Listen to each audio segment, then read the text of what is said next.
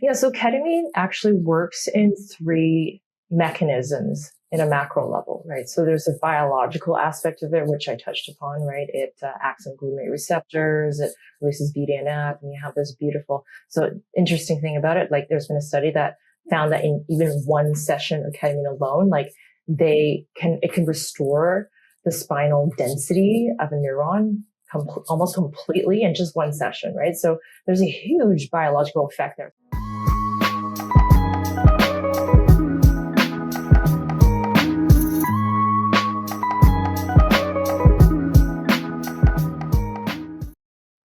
Hello, this podcast is brought to you by MAPS Canada. As MAPS Canada works to support education, research, and advocacy in psychedelic medicine, we recognize that scientific understanding in this field continues to evolve. This podcast is for educational and informational purposes only and does not constitute medical, legal, or professional advice. The views and opinions expressed by hosts and guests are their own and do not necessarily reflect those of MAPS Canada. Today, your host, Osheen, will be sitting down with Angela Leong. Angela is a registered clinical counselor and the founder of An Elegant Mind Counselling in Vancouver. She specializes in relationship healing, sexuality, and trauma through a sex-positive, psychedelic-friendly, and attachment-based approach. Angela is also a TEDx speaker on AI intimacy and its implications for human relationships, exploring how emerging technologies are reshaping connection, attachment, and intimacy in the modern world. She is a creator of the KISS method, ketamine-induced self and sexuality synchronization, an innovative biopsychospiritual model that integrates ketamine-assisted psychotherapy, couples work, and tantric-inspired practices to help individuals and couples deepen intimacy, heal trauma, and reconnect with their authentic selves. I think you'll really enjoy this episode. I know I did. So without any further delay, enjoy the podcast. Hello, Angela. Welcome to the MAPS Canada podcast. How are you doing today?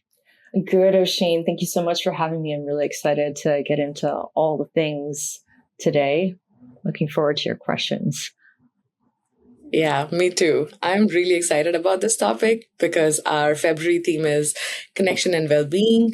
And we've not really touched on like love, sex, and psychedelics. Like we've not really touched on that. So I'm really excited about this conversation. And thank you for being here. Of course. Thank you for having me.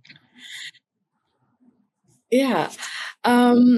I wanted to, before talking about ketamine and what you do as your work, I wanted to ask you about just your life growing up. I know that you come from an immigrant family and that growing up was somewhat difficult. But I wanted you to talk about how did you get here where you are at An Elegant Mind? Yeah, so my parents are Chinese immigrants. So my mom was pregnant with me when she flew over to Canada by herself, and she gave birth to me without my dad present. So my dad wasn't even here yet until I was 1 year old. And so my mom reflects on this time as being really hard for her, and that sort of starts to paint the whole scenario of like how I grew up as a child. Like I often felt lonely, like I think with immigrant parents who are constantly trying to work to provide means for the family. Like me and my siblings were often sort of left to our own devices in terms of figuring out stuff for ourselves. And very early on, my mom had said things to me like, you're the oldest child, like, it's important for you to be considerate of like mommy, like needing to work and provide, she said milk for the family, right? That was like her language for me when I was 6 at the time. Yeah. So, a lot of therapists would say that, at this age, this is like parentification of like a child, right? That's what Western style, like psychotherapy would consider it. And like seeing it through this lens, of course, has helped me heal a lot and to reclaim like my childhood as an adult and learn to like ask for things later on in life that I didn't know how to ask for because I was told this message from a very, very early age. Right. So on top of that, like relevant to our conversation that we're going to be having later today, like my parents being Chinese, like they were very unaffectionate. They were, Chinese people don't really make a lot of eye contact to begin with. And they certainly were very like nose to the grindstone type people. So my mom really was not paying attention to her children. And so like there was really this like lack of feeling of love in the family. Like love was not part of the vocabulary. I mean, I would even say that like happiness was not really even part of like the sort of feeling in the air when I was like a child growing up. So a lot of my becoming a therapist was figuring out how to attain that for myself without any sort of parental guidance around that. Yeah. Thank you so much for that beautiful answer. And I can relate, like I come from Indian culture, and there's no definition of happiness. Like you're not told to be happy, you're told to be successful and earn money. Like, you know, that's what my mom said, like you earn and you'll be happy. Like, you know, that's how you get happy. So a lot of parallels here. And yeah. And the fact that now you're doing something at An Elegant Mind, which is like, we're going to get into it, the KISS method, where you are helping couples just find a new love language and like feel more comfortable with each other and like sort of shed all the boundaries. And so it's really beautiful of how you started observing the world and where you are right now. And to give the audience like a little bit about what we are talking about, we know that Vancouver is known for progressive mental health work. And how did you decide to start something like the KISS method on these fertile grounds in Vancouver?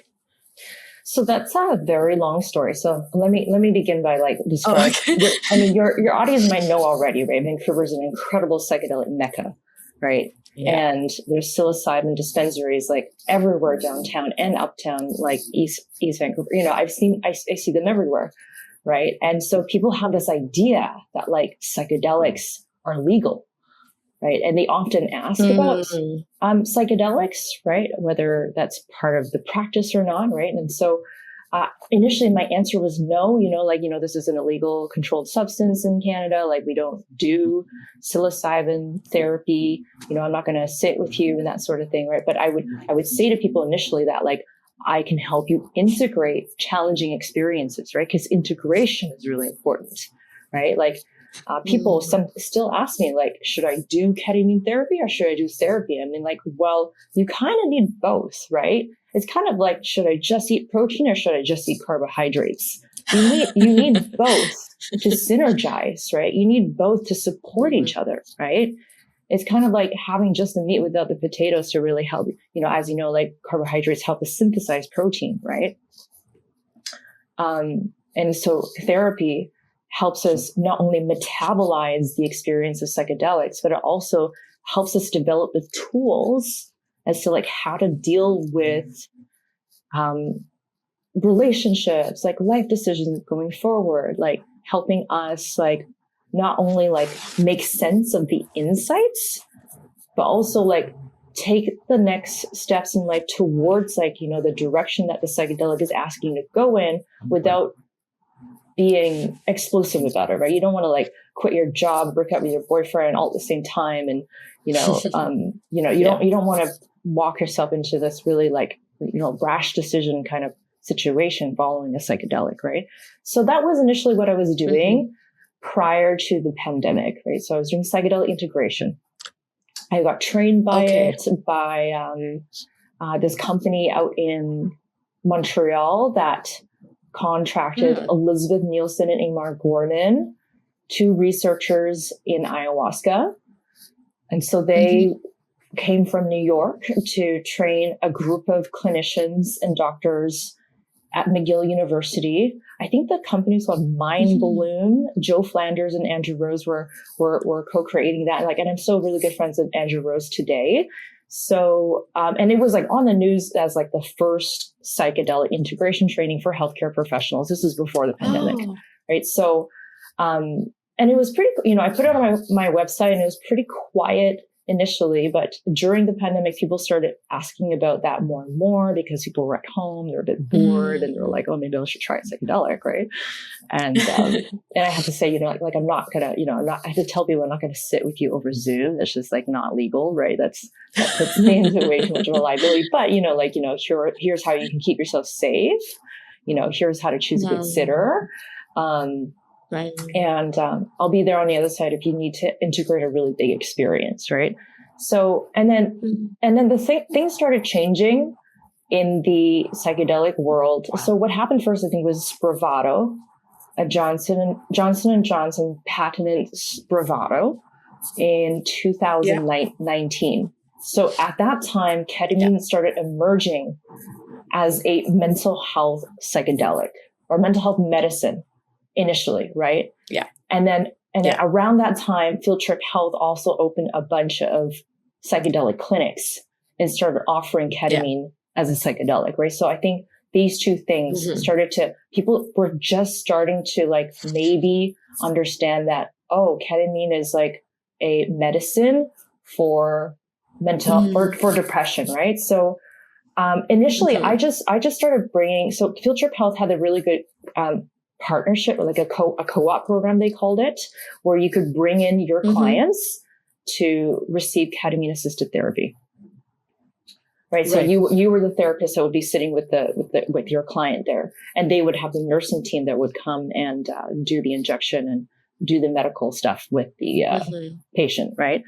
The medical screenings and so on. So, and that's how I kind of got started, right? So, even at that time, I had a lot of reservations about whether ketamine was psychedelic, right? I had to see it for myself. Like people were saying it and stuff, like, but as I started bringing my clients there, I could see that like people were having mystical experiences with ketamine, right? They were experiencing like complete awe.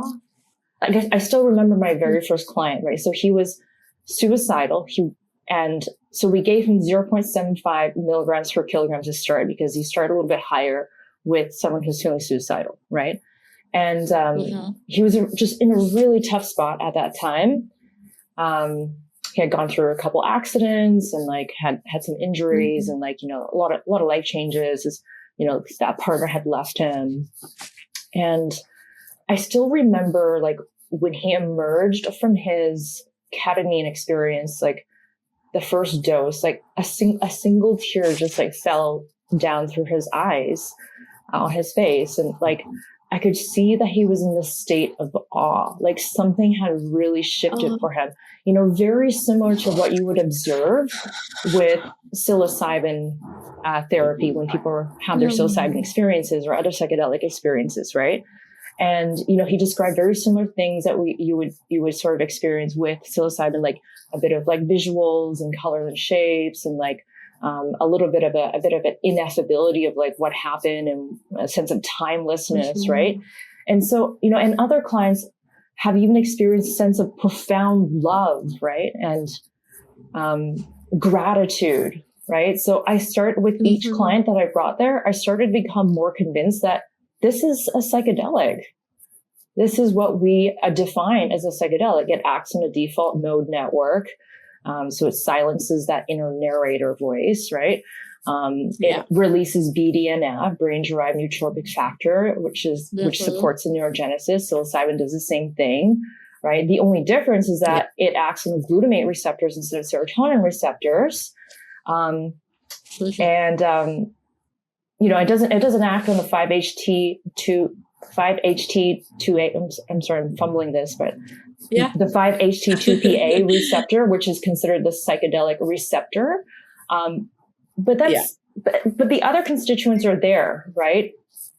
And arguably, maybe the fact that it acts on the glutamate receptors, which is a receptor that's responsible for learning and memory, you could even say that ketamine might be superior for like learning new things, right? Learning anything, right? Learning a new language, learning to get out of depression. Like, what are the things that I need to do to not feel depressed, right? Or learning a different way of seeing the world, right? E.g., for PTSD patients, like they really get stuck in this like overly negative worldview, or depressed patients as well. So that's the long and the short of it. Does that answer your question? Yeah. It does. And thank you so much for explaining how actually ketamine works so beautifully as well, because like you touched on the glutamate receptors, you touched on BDNF and the default mode network. So you sort of explained the neuroscience part of ketamine Mhm. through this answer. So thank you. And also, as you were saying, like that experience of your client with that one tear, like it just sounds so like bizarre to somebody who may not know about psychedelics. Like how can just one injection change the worldview perspective? And Yeah. sometimes this is what can give people some false hope sometimes as well, because people may think, oh, this is gonna work for everybody, and I have been depressed, so maybe I should get ketamine and start using it. But we'll get into it, how it's not for everybody, and your Mhm. website also mentions that as well. Wonderful. But yeah, that's such a beautiful experience. And I understand why you consider ketamine a psychedelic. Mhm. Um, with psilocybin Yeah. experiences, people have reported that they look like they have like aged back, like, you know, they look younger after a day of Mhm. administration and a day of sleep. So even with ketamine and that's why ketamine has been used for depression, because it's so quick at like resetting your mindset. And as you Mhm. said, more powerful as well. Yeah. Yeah. And I believe Brian Um, Johnson's medical yeah. team, like they've done some research on Hmm. ketamine and longevity, and they found that like based on their measures, Yeah. there's been some reversal of longevity scores. Like, and the scientists who believe Hmm. in Brian Johnson's team is saying that it's probably because people are now choosing behaviors that are supportive of their longevity rather than against it, not eating junk food and like exercising more and so on. Mm. Yeah. Yeah, yeah, that makes sense. So, getting into the KISS method, KISS stands for ketamine induced self and sexuality synchronization, KISSS. Correct. So, I wanted to ask you about the whole thing about like the self, the sexuality, the synchronization. But how did you decide to use ketamine for this? Like, why not any other psychedelic like psilocybin or LSD or MDMA, which is known for like it's known as the love psychedelic, right? So why did you decide to do the KISS method with ketamine for love and sexuality? Osheen, if I can be completely honest, it's because ketamine was the Yeah. only legal one that I could work with at the time when I was starting out, right? And I would have Mm. loved to maybe start with another one, but it just was not, there were not options, right? But as I've worked I with see. ketamine more and more, I've realized that like there are multiple roads that lead to Rome. It doesn't matter so much which one, Yeah. which medicine it is, right? Because as I said before, like I've had clients myself who've opened their eyes from their third ketamine dose, right? And they looked at me and they're like, Angela, I experienced profound love. Like, and it was like, I Wow. could see that for him, it was like a completely novel experience. Mhm. He almost had trouble with like articulating what that was, but like those are the words that came out of his mouth, right? Like a profound sense of love, Mm. right? So, and which is Mhm. commonly more associated with something more like MDMA, right? Mhm. Um, so I don't, there are multiple roads that lead to Rome. And I don't think people Mhm. should be fixated on like needing this medicine to do this specific thing, Mhm. right? Yeah, and I'm grateful that you started with ketamine. Like, what if nobody looked at ketamine because MDMA was so famous up with the love Yeah. context, right? Yeah. I mean, we were Yeah, all really disappointed when MDMA did not go through with FDA approval, right? So it was a big, big sad day same, for me and everyone same. in the community. Yeah. And I wasn't going to wait around to work with this medicine, right? Yeah, yeah. Mhm. You're very inspiring. Mhm. So, could you touch a bit more on the ketamine induced self and sexuality synchronization part? The ketamine induced part of The it. KISS method? Oh, the Yeah, overall like, KISS method. yes, yes. So yeah, I talked a little bit about ketamine already, right? And why I chose it and how it works Hmm. and so on, right?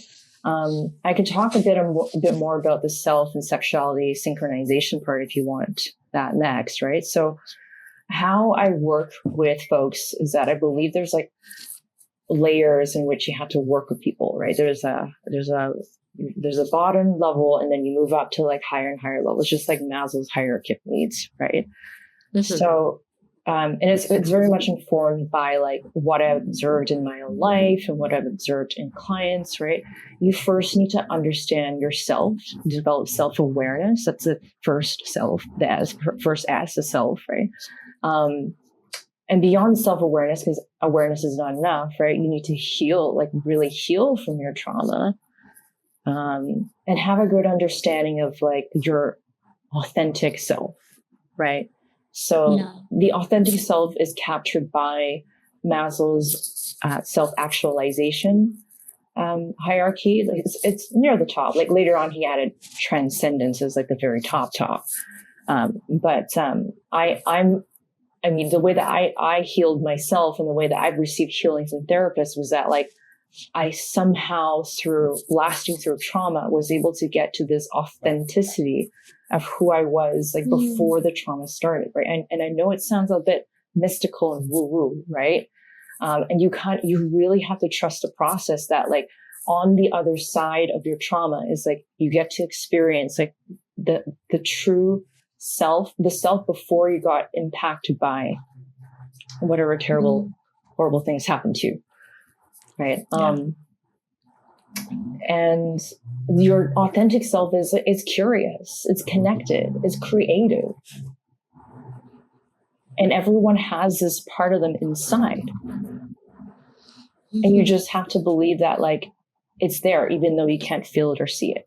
Like I've heard someone say before that like trying to heal from trauma is like being at the bottom of like this really dark, deep crevice and trying to swim to the top to break through to the air on the other side.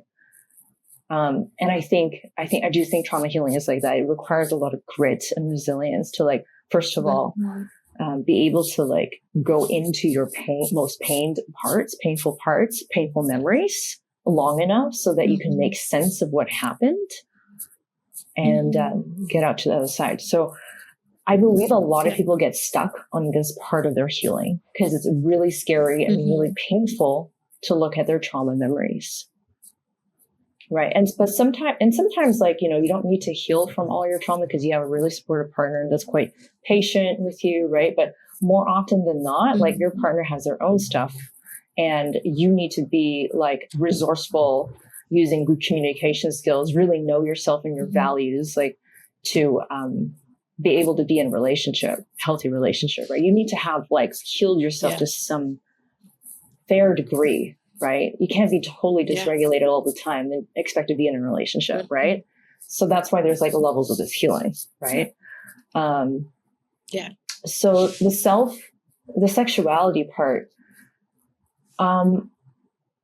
we've often, you know, counselors and therapists, like we all generally agree that like maybe the final layer of healing, actually my supervisor said this to me, Jason Jones, that the final layer of healing is sexuality. Like it is the hardest piece for people to transcend. Like, it is generally like after you dealt with like, you know, the dysregulation, you got into yourself to like a place where you're like functional and stuff. And like what people are working on is like more like, goals around like, intimacy and how to really be intimate with someone else.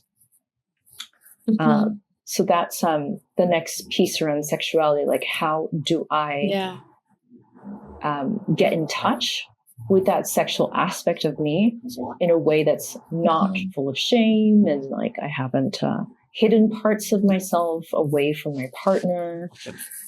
I've developed ways to sort of openly dialogue about it. Like I don't have any sort of like preconceived notions about what is right and what is wrong in terms of my sexuality.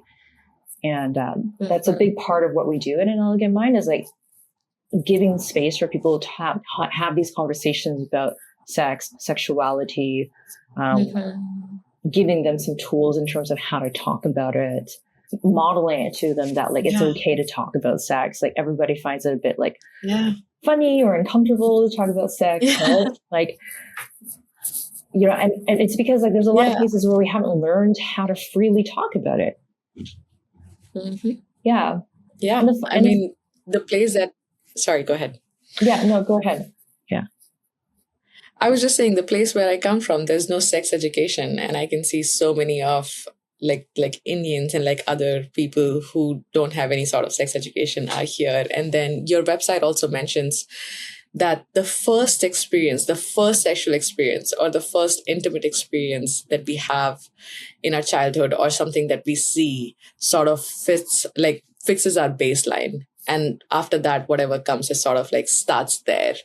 I wanted you to touch on that because I found that so interesting. And I mean, of course, it makes sense. Yeah. So I'll talk to my clients, like, and some people come from families where they'll overhear their parents having sex, and their parents are affectionate with each other. There's lots of hugs and kisses, right? Or they make jokes about like the hanky panky, right? Whereas other people come from families where like they don't talk about it, and it's always like a fear-based thing, like, you know, like don't get pregnant, don't get an STD, or like, you know, don't impregnate someone, and all that stuff, and like they've never there's a lot of shame around sex, like, and a lot of it is driven by religion, religious values. So. So that definitely, it does play a big factor in how sexually expressive someone is, right? And it's definitely one of the things that we broach a lot in counseling therapy with our clients. And sometimes that shows up as like two people in a relationship where they have this very dichotomous way of being brought up, right? Some people's parents are like, oh, you know, really encouraging of like even sexual connection between like kids, right? Like 6-7 years old, just like being curious about other people's bodies in like a consensual way, right? No shame, there's no shaming around that, right? Like kids are just are naturally sexual creatures as well, right? And sometimes what makes it weird is like adults are like, oh no, you can't be doing that, right? Yeah. Thank you for that answer. And you touched on the religious bit, so that's a good segue to talk about the biopsycho spiritual model of KISS. And usually, like as I was talking to you before, like it's usually a biopsychosocial model or some other model. So how is this the biopsycho spiritual model? Yeah, so ketamine actually works in 3 mechanisms in a macro level, right? So there's a biological aspect of it, which I touched upon, right? It acts on glutamate receptors, it releases BDNF, and you have this beautiful. So interesting thing about it, like there's been a study that found that in even one session of ketamine alone, like it can restore the spinal density of a neuron almost completely in just one session, right? So there's a huge biological effect there. So what I tell my clients is that even if you did nothing, even if you had no intention, like it's still working in your body, and it'll still work from, you know, anywhere from 3 to 10 days afterwards. Like will continue to help you shape different connections in your brain, right?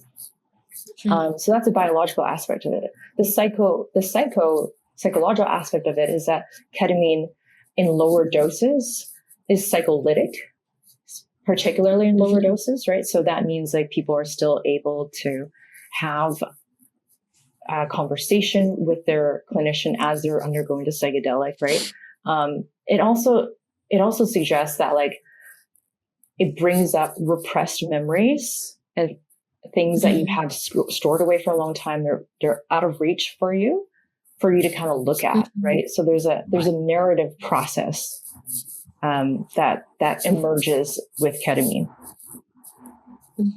So, of course, the repressed memories can come up whether you're doing low dose or high dose, right? Yeah. So just to clarify.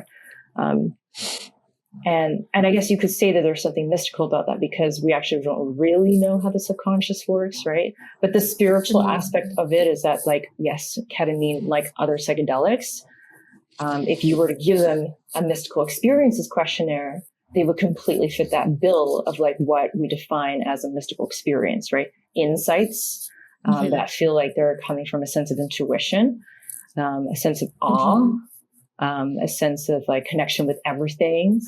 So these sort of experiences that we typically associate with what's called transcendence, right? So that's why it's called the biopsycho spiritual model, right? So the word spiritual, I know sometimes people associate with that being a bit woo-woo, right? But we have tried, actually, as like a scientific community, we actually have some fairly good explanations using quantum physics and neuroscience to sort of explain the collective unconscious and where and possibly how psychedelics can help us attain information from the future that perhaps no one had even thought about yet. So there's a researcher that I've been following recently. She's a neuroscientist, cognitive neuroscientist. Her name is Julia Mossbridge. And she's actually been studying precognition for quite some time now. And she actually co-wrote this book, I think it's called Transcendent Minds. And she apparently is the first person to publish this, her findings on this alternative view of consciousness that's not based in the material realm, that there's something immaterial that mediates what consciousness is, and that it has to do with time, and that time is not linear. Right. Yeah. And that is quantum physics. Oh, wow. This makes a lot of sense. And also, I'm just like, I want to read this book right now. Yeah. This is really interesting. Yeah. Thank you for explaining the biopsychospiritual model. Sorry, did you have anything to say? Yeah, no, I just wanted to tie it all back together with the biopsychospiritual, right? Like when the spiritual aspect covers this sort of mystical aspect of ketamine, right? But we could reduce it to like a current scientific explanation of like why we're able to attain sometimes insights from the future, or like attain like messages from the past that we sort of suppressed from a long time, being able to like visualize the exact like room or house of like the house that you grew up in, with so much detail and clarity. It was like as if you're still there, and seeing exactly what happened, and in a crystal clear sort of format. And we've often heard that like psychedelics can emerge repressed sexual abuse memories and so on, right? And sometimes people are so confused by it. They're like, oh, is this like, did I make this up? But I think psychedelics, what it does is that it sort of brings down this veil and allows us to access something beyond like our everyday thinking process. Yeah. And the process can be really confronting for some people, as you're saying, like it brings down the veil. So it lets you see everything, the good and the bad, like not the bad, but like maybe some dark parts. And it can be really disorienting for somebody who is going through a psychedelic experience. But as I said, thank you for explaining the model. Hey, we hope you're enjoying the podcast so far. Now, if you want to support and become part of the psychedelic movement, feel free to donate to MAPS Canada at the link in the description below. Thank you for helping our mission to support equitable access to legal and regulated psychedelic medicines for all Canadians. I wanted to talk to you about the Tantra-inspired practices. So, how did you decide to use the tantric practices to deepen intimacy, like, the conscious touch, the eye gazing, the primal energy embodiment, I think your website mentions. How does Tantra come into this? Yeah, so I've actually been trained in 2 levels of Tantra with some local Tantra teachers here, Krista and Naomi. And I found that they have a very good way of getting people to connect to elements of being that are important for feeling like getting in touch with their sexual self, if you will. Because we just don't have a lot of like education and understanding with regards to what it means to feel sexy feelings for some Westerners. Like they just have been so out of touch with that. Like how, like, and when you learn it for the first time, you realize that like eye gazing can feel extremely intimate, and really slowing down to like observe like every little inch of your partner's body naturally leads to arousal. So I don't know if you know this, but like there's a really famous set of sexual researchers at Masters and Johnson. They developed this tool called sensate focus. And actually they were inspired by tantric practices to develop this method of like it's basically you take turns like consciously touching every part of your partner's body, right? So it is based on like their research of like what helps couples get in touch with like having sex with each other again, right? This is a tool that they've developed in their laboratory. So I was like, well, I mean, I know that people think that maybe Tantra is this like spiritual consciousness kind of practice. And it is, right? It is about connecting to a sense of God in your partner. And it has direct correlations with psychedelics. People often say that they experience God through this plant, right? And now we're trying to transfer the skill of experiencing God through this plant and experiencing God through your partner, right? That's all. Yeah. You don't have to, you don't have to literally believe in a God, right? Like if you don't want to. Exactly. Yeah. And I grew up Christian, but my mom comes from a Hindu family. So I've come to a point where I'm starting to embrace my Hindu roots and I'm like figuring out the Hindu gods. And I've like been questioning a lot of things. Like, why do we say namaste? And we say namaste so I am acknowledging that there is a divine inside you. And the divine is basically consciousness, which is connected to a higher source. And I have a consciousness, which is connected to a higher source. So namaste, like namaste just means I am acknowledging the divine consciousness in you. Like my consciousness is acknowledging.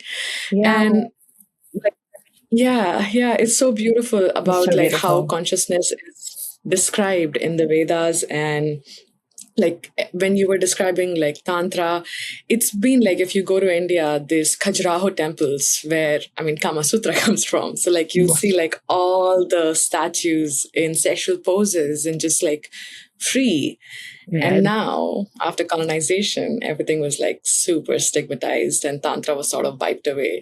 So I'm really happy to see how it's coming back and it's so useful. Like Masters and Johnsons were using it and now like people in couples therapy like you are using it to help couples. Yeah, I remember just taking a pair of my couples like through like just a simple eye gazing exercise just to get them to sit facing each other, like shoulder to shoulder, hip to hip, really fully present with the other person and just making eye contact, right? And I could see that they were starting to squirm because they were just like, they said it was so vulnerable. Like it just felt really vulnerable to sit and to talk to each other in that way.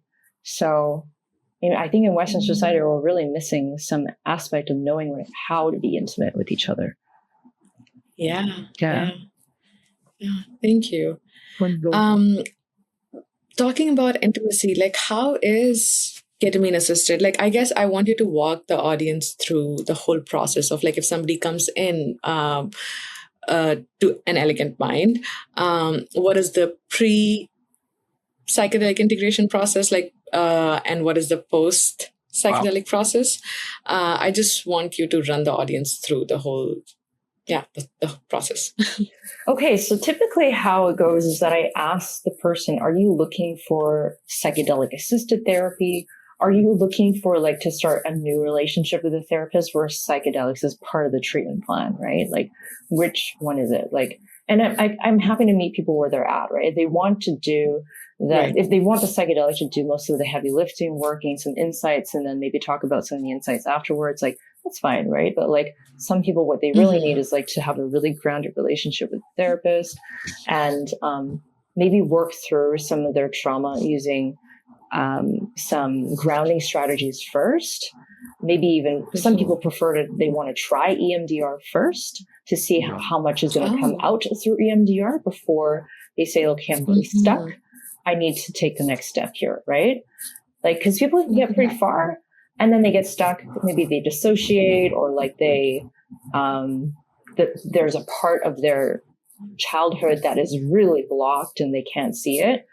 But they know that there's something there. That might be a good time to be like, okay, let's introduce a psychedelic to see if it can bring up some really repressed stuff from the subconscious, right? I mean, EMDR does this too, right? It's just unassisted by medicine, right? It can bring up repressed memories. Ketamine is just a bit more powerful in that way, right? So with couples, like it's similar. Like it's important for people to have skills and to have tools, right? To how to be in relationship. And if they're able to just follow the skills and follow the tools, they don't need something as intensive, perhaps, as a psychedelic to help them. But some people, despite having the tools, they know what they're supposed to do, right? But they still are really, really stuck, right? So we can say that perhaps like their brain has developed this fairly negative schema of their partner, and they're kind of ruminating on it. They kind of fixated on like this idea of who they think their partner is, and they can't seem to get out of it. It's like, it's just really real for them. And that could be one or both partners that feel this extremely negative way about each other, right? So ketamine can come in to kind of help you let go, like loosen up the default mode network a little bit, right? So you can sort of start to see your partner in the way that they are now, right? Not based on like this idea that you've constructed of them. Okay, so the ketamine is given to both the partners, like the couple at the same time. Ideally. Yeah. And okay. Yeah. And then they are like, is there talking happening during the ketamine session, or is it just the tantra practices? Or yeah, so like we start people off at 0.5 milligrams per kilogram, and some people are still able to dialogue during, right? But it's not super meaningful or fruitful. They're kind of just like, whoa, wow. And it's sort of like kind of narrating their like psychedelic experience a little bit. They might be kind of like exploring each other's like face a little bit under the influence. So that I think what happens after, it's more so what happens afterwards, like in this more flexible brain states, right? Are they able to sort of generate new ways of like how they're committing to seeing their partner now, and able to sort of continue to remember this like experience that they had with their partner that was more positive than they previously had, right? Like this is something that I quite firmly believe in, right? Like especially for couples that have been together for a long time, like we don't give people a chance of being different to us. Like we so this is a way that our brains work, right? That we gather data about this person, right? And because our brain likes to be efficient, like when it feels like it's gathered like enough data to sort of make a conclusion, it sort of just kind of hooks on like, okay, this is who this person is, right? And if they somehow created this like negative idea of their partner, they just kind of keep on going back to this like negative idea of their partner instead of allowing new information to come in to kind of reframe who their partner is, like, you know, this week compared to last week, right? Or this month compared to last month. Because the reality is like, we're always changing as people, like week to week, month to month, right?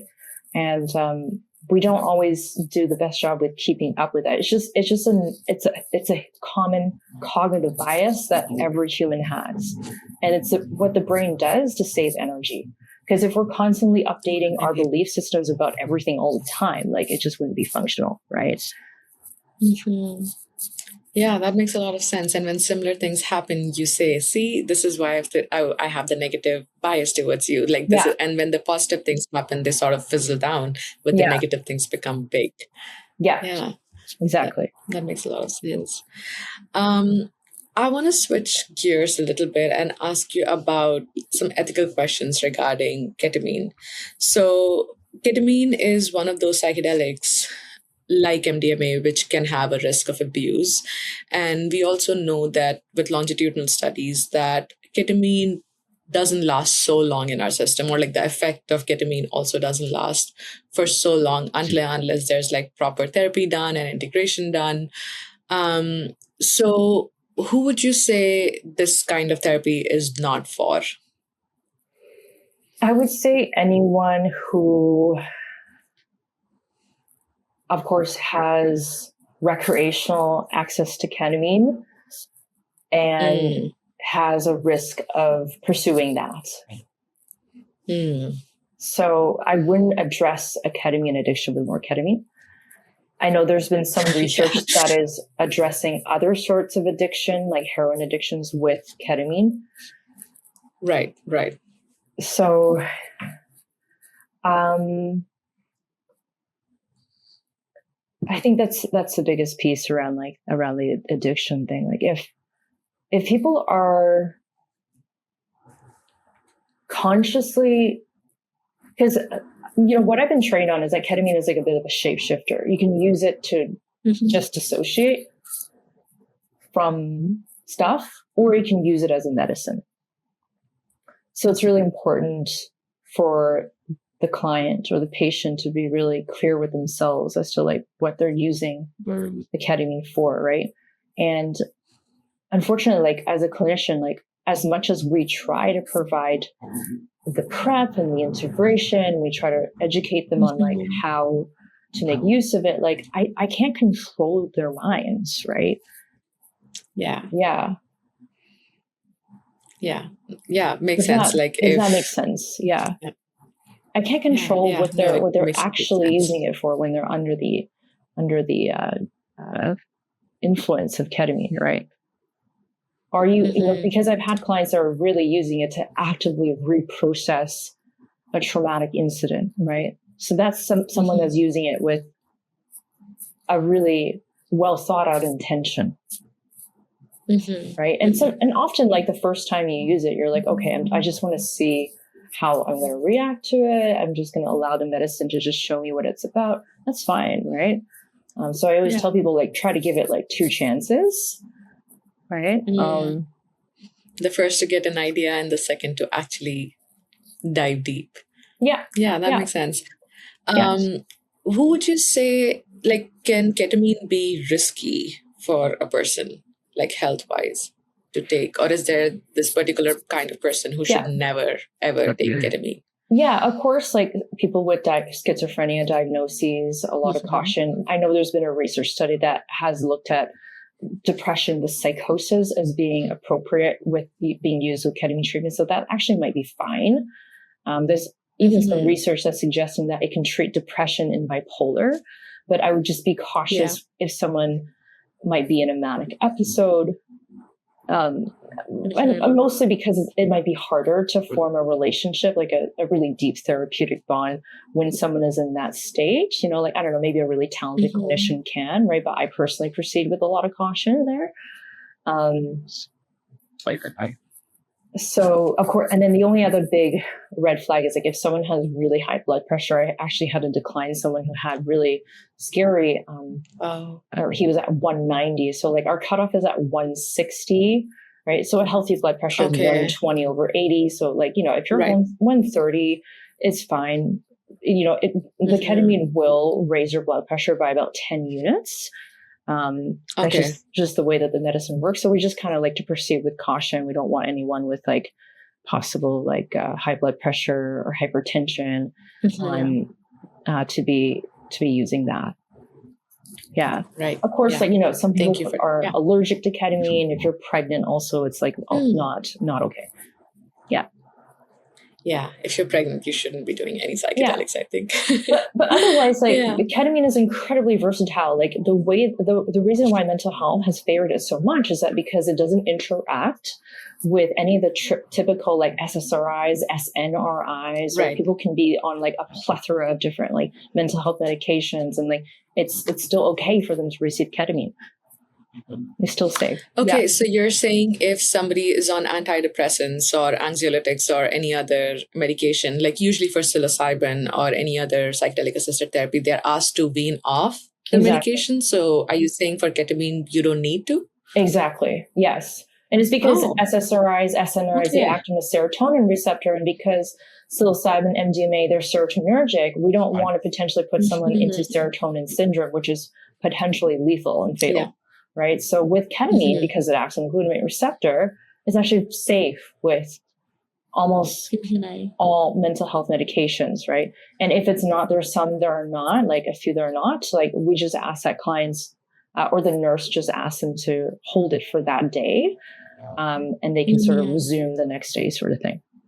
Yeah. But I mean, that's at the discretion of the nursing team, which I don't really, not a director of, right? Okay, yeah. But this is really helpful information because a lot of the times people are not able to receive psychedelic assisted therapy because they can't wean off the drugs that they are on. Like they're really helping them in their day-to-day, everyday life. Yeah. So as I said, this is really good information for ketamine. Yeah, exactly. I mean, if people have been on like mental health medication for like 10 years or more, like I've heard like really horrible stories of like just really suffering because they've weaned off their medication for psychedelic treatment.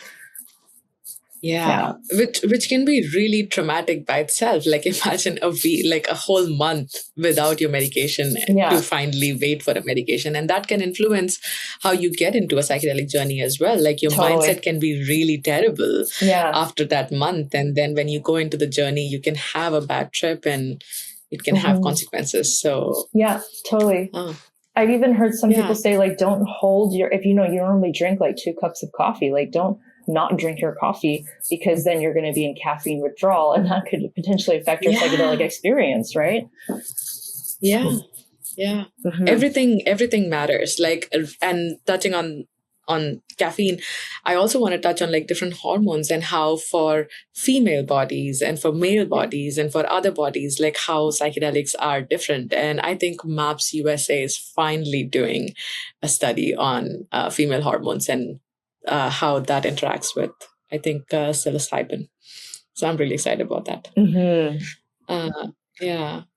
So I want to talk to you a bit more on the couples therapy part. Like it looks like couples therapy with ketamine-assisted therapy is like really like at the peak of where it should be. But where do you see couples therapy going in the next few years? That's a really good question. So in my presentation that I delivered in Las Vegas at PsyCon, I said that in the future, I would like to see that we're no longer helping couples work through conflict, that we're helping them transcend this place of like this deep, intuitive knowing of each other. Almost like, there's some people that have said that they're able to sort of communicate telepathically through psychedelics with their partner.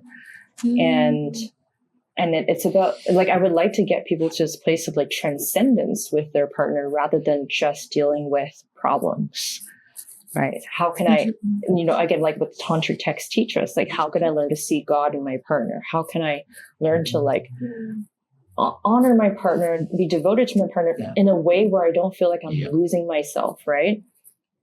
I think a lot of people have been so heartbroken by previous partners that like they've developed this like shell around love. They've sort of unconsciously or consciously committed to themselves that they're never going to open up to anyone ever again. And sometimes that can happen after just one heartbreak when they're 14 years old or something. And so that tends to perpetuate more trauma as like, because they've kept their heart closed, like they've never let someone else in. So they continue to traumatize other people.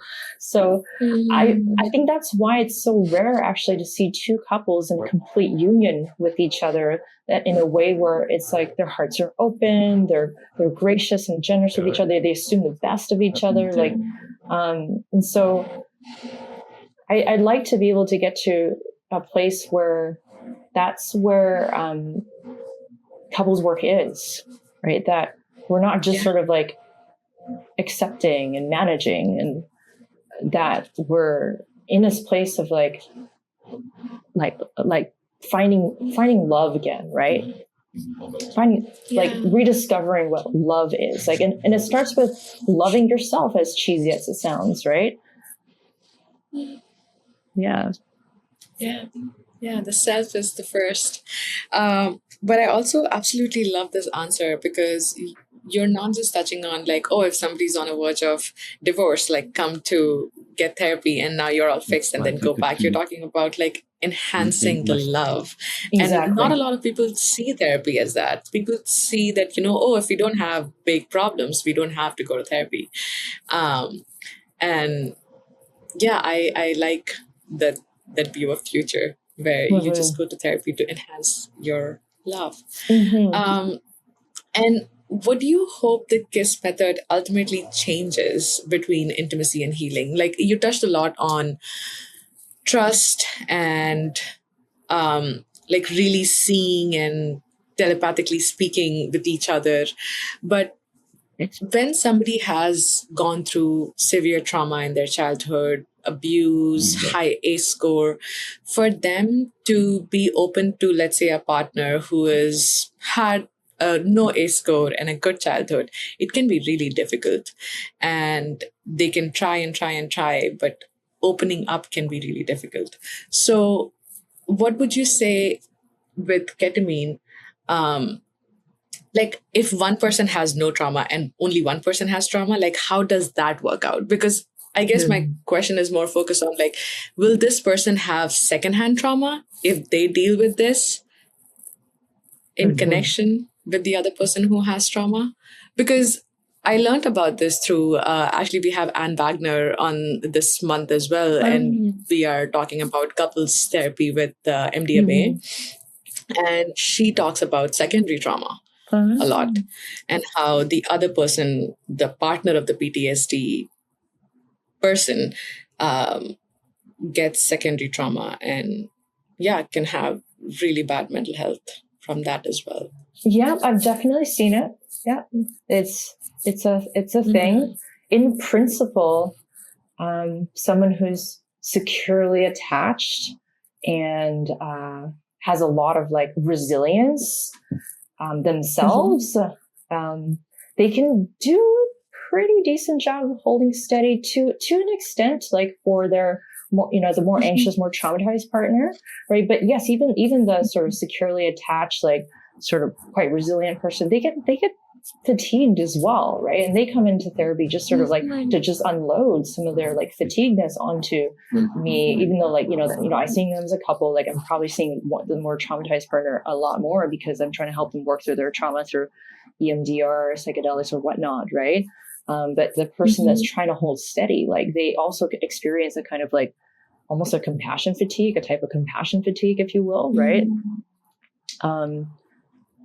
So it's, in principle, we say that like it's, we want to try to be steady for our partners as they're going through hard stuff, right? But I think the reality is like people have limits, right? So I do try to educate my clients on like, yes, there's co-regulation, but there's also self-regulation that you need to learn a bit of for yourself as well, right? Like, and having had that psychoeducation has been really helpful for some couples of mine, right? To understand like, okay, I do need to do some self-regulation work on myself. I can't just like, dump all my anxieties onto my partner and like, and use them as like my source of feeling okay, right?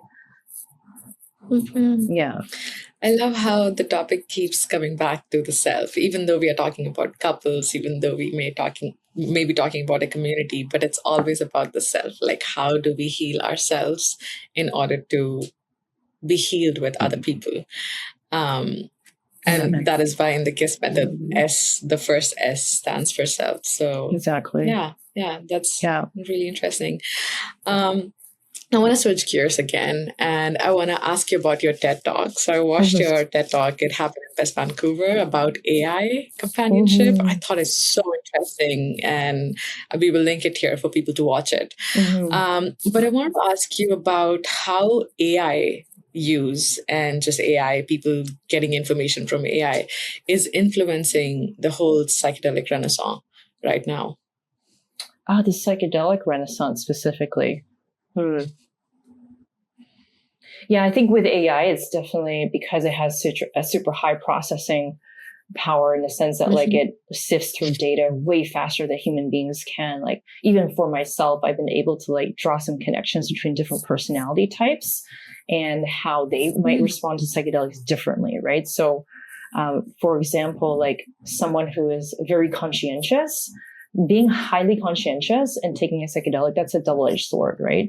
Because it may be it may mean that they're conscientious enough to be so zealous about their health that they're going to pursue the psychedelic to begin with, right? But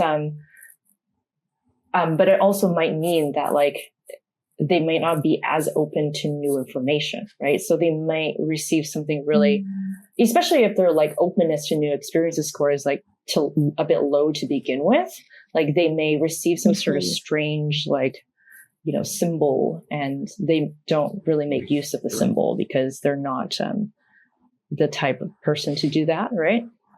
So stuff like that, like if you're talking about like using AI in sort of this productivity based way, which I do, but my talk was more so about like when we use AIs for companionship, right? And what that will mean for us as humans in our capacity to develop human relationships if we just believe that the AI can do it all for us, right? So with regards to that, I think psychedelics play an even bigger role with regards to opening people up to intimacy.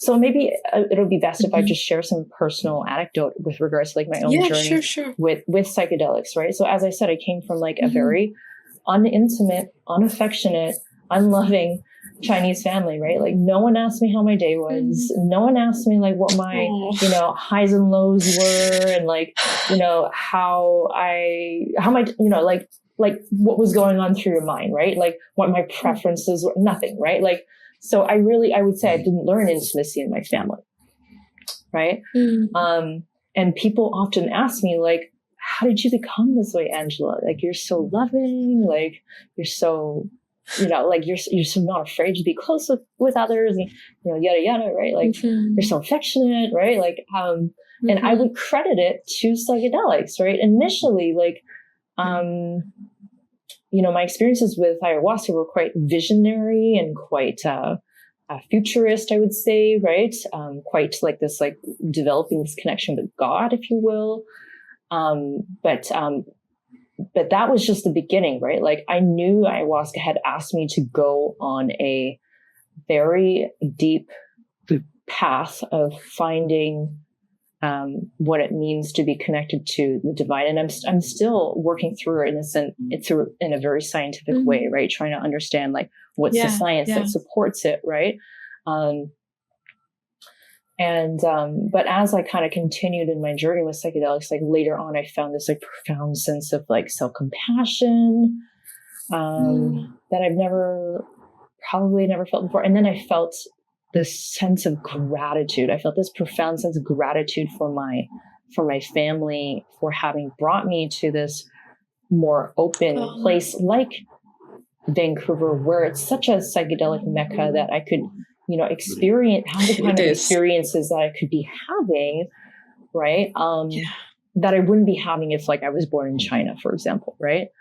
And so through that, I was able to connect with gratitude, just a lot of self-appreciation for who I was. And then like somehow magically, like psychedelics, they kind of make us more open to others, right? And maybe this is partially mediated by the fact that like I knew I had to find new community after the first time I did ayahuasca, like community that would reflect some of the same values that I was acquiring from the psychedelic. And once I had found new community, like these are also people who I've also like found the sense of like presence and love and gratitude, and like having that being reflected back to me through other people like reinforces it, right? Because otherwise, like what you use, you lose, right? That's why like psychedelic effects don't last if you kind of stay fixated in the same sort of like maybe a community where people are just like drinking alcohol and like just not focused on like the sort of things that would create like heart opening. Inner work. Yeah, inner work. Yeah. Sure. Yeah.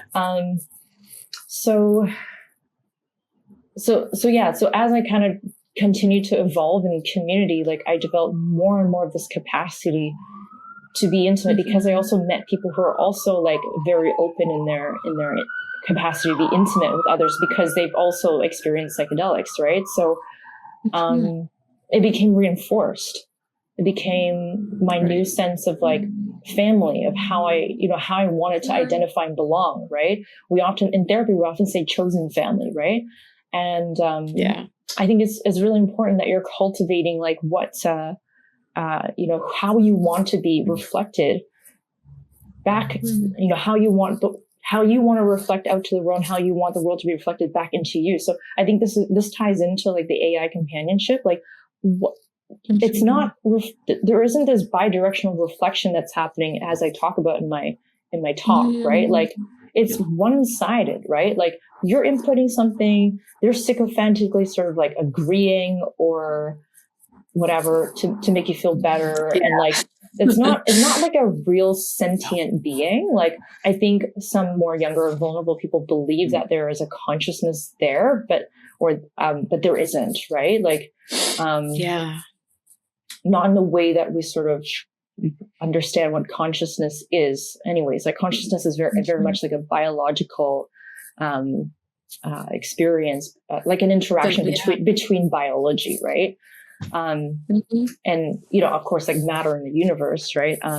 It plays a part in it as well. Like, but we're not sure, and we can't measure whether AI machinery is having this interaction with the universe like we are, like through consciousness and space time. Yeah. So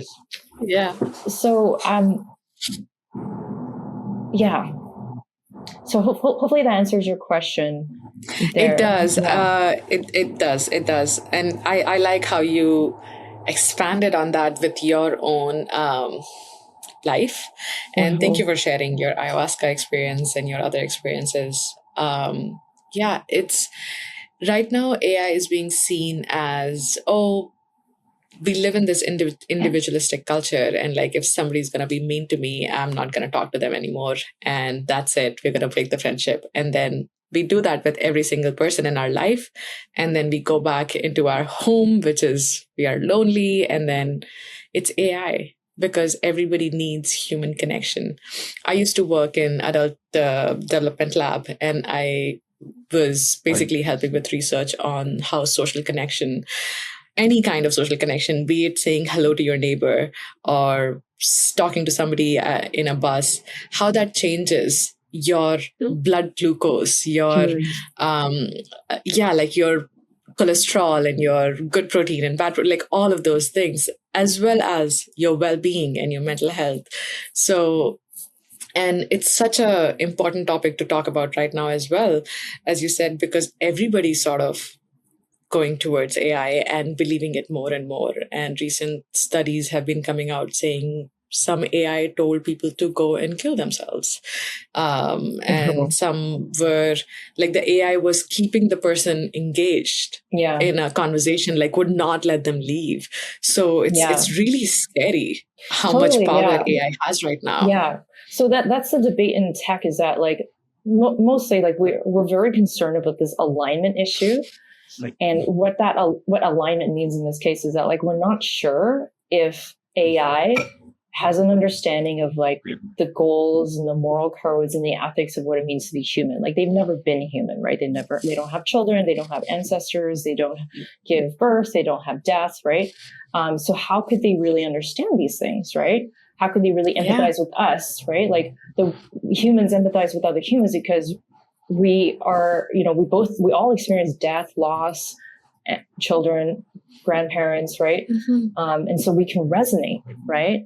But can a machine really, is it resonating, or is it pretending to resonate because of the code that the engineer put on there to make it feel so convincingly resonant? And because some people grow up in families where, like mine, they never asked, how are you? How are you doing?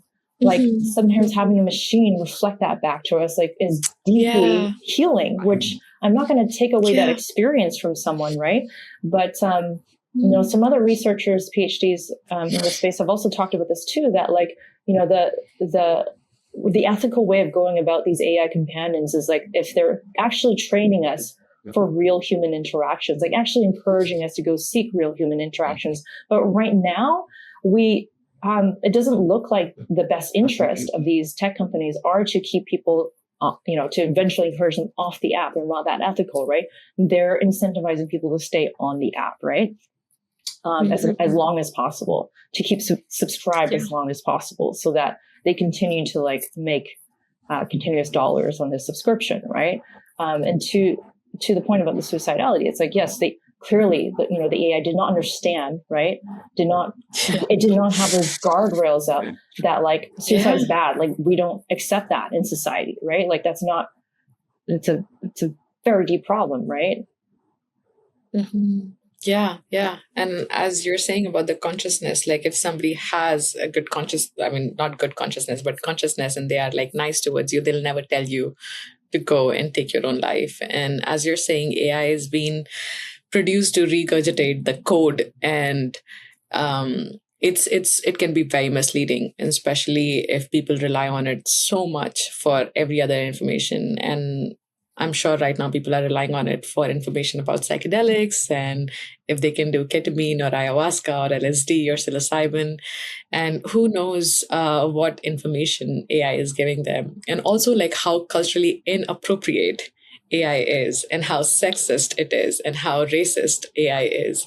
All of those things also play a huge role, because these medicines really like help us put down all of those walls and see ourselves beyond race, beyond gender, and beyond, I would say, country borders. Yeah, that's what I wanted to say. You touched on a little bit before in the last question that you used AI for seeing like personality traits in people, and if like they're more open, will psychedelics work on them? If they are highly conscientious, will psychedelics work on them? So we also know that if people are more open to the experience, like in that Osheen personality scale, the big five, they can. So if somebody takes psychedelic, it makes them more open as well, right? Like open to experience. Yeah, and less neurotic.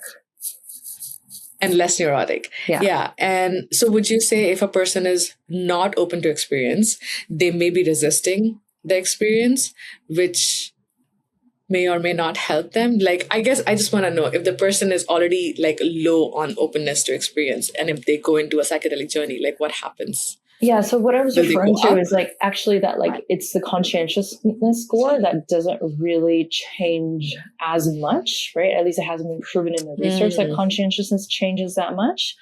And there seems to be a correlation of like people who are conscientious, like may not be, because they're very detail oriented and quite systematic kind of people, like they don't just sort of freely take whatever comes up and sort of start making meaning out of it.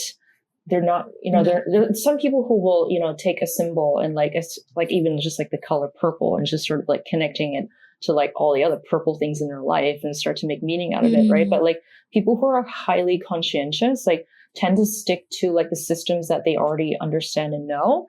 And that can sort of like pigeonhole them in a way like where they don't make meaning out of like something kind of seemingly bizarre that happens to them, right? Like something that's sort of like out of their sort of ordinary scope of like how they understand the world. Yes, you're right. Like psychedelics do change our scores in openness and neuroticism. Like it makes us more open to new experiences and like less neurotic. So yeah, ideally, the more that someone does a psychedelic, these two things will change in this way that might make someone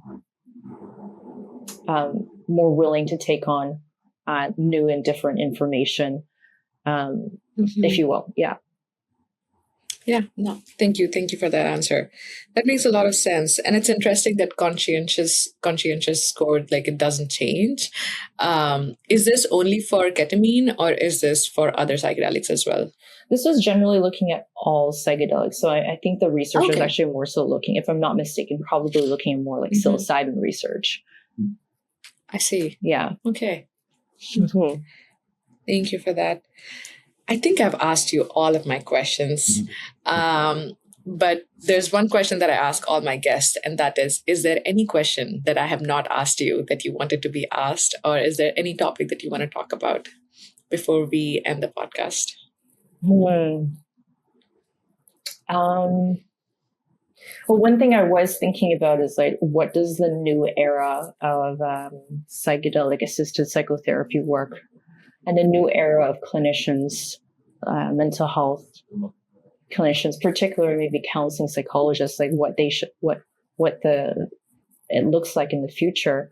I think going forward, like just reflecting back on my own master's degree at counseling psychology at UBC, I mean, like, I don't regret the way that it was taught and how much I learned, and like it was incredibly transformative, right? But I think the continued learning thereafter, and maybe what I hope for is more of like a foundational knowledge around anthropology, and I'm a bit of a systems thinker, right? So like, I think it's important to incorporate neuroscience, anthropology, like consciousness research in the way that especially if we're working with like complex clients, complex issues, like there needs to be an understanding of like how humans overall, like date, mate, evolve, right? Like, how a bit of an understanding of like, what are the theories of how consciousness even works if you're working with like psychedelics, right? So, I mean, I found it helpful to be able to authoritatively tell folks like how love works from an anthropological lens, like as inspired by Helen Fisher's work, right? Fortunately, she has recently left this earth, but her work has been hugely influential in the way that I provide psychoeducation to people, right? So, I mean, there's still questions about the way that love works and the way that how we understand consciousness are still a bit of a question mark. So I think that continued investigation and that continued lived experience of like having journeyed through love oneself as a clinician, I think is really important, right? Like, have you had the courage to really really keep your heart open in times where you felt really vulnerable and really wanted to shut down because someone was really confronting your abandonment wounds, right?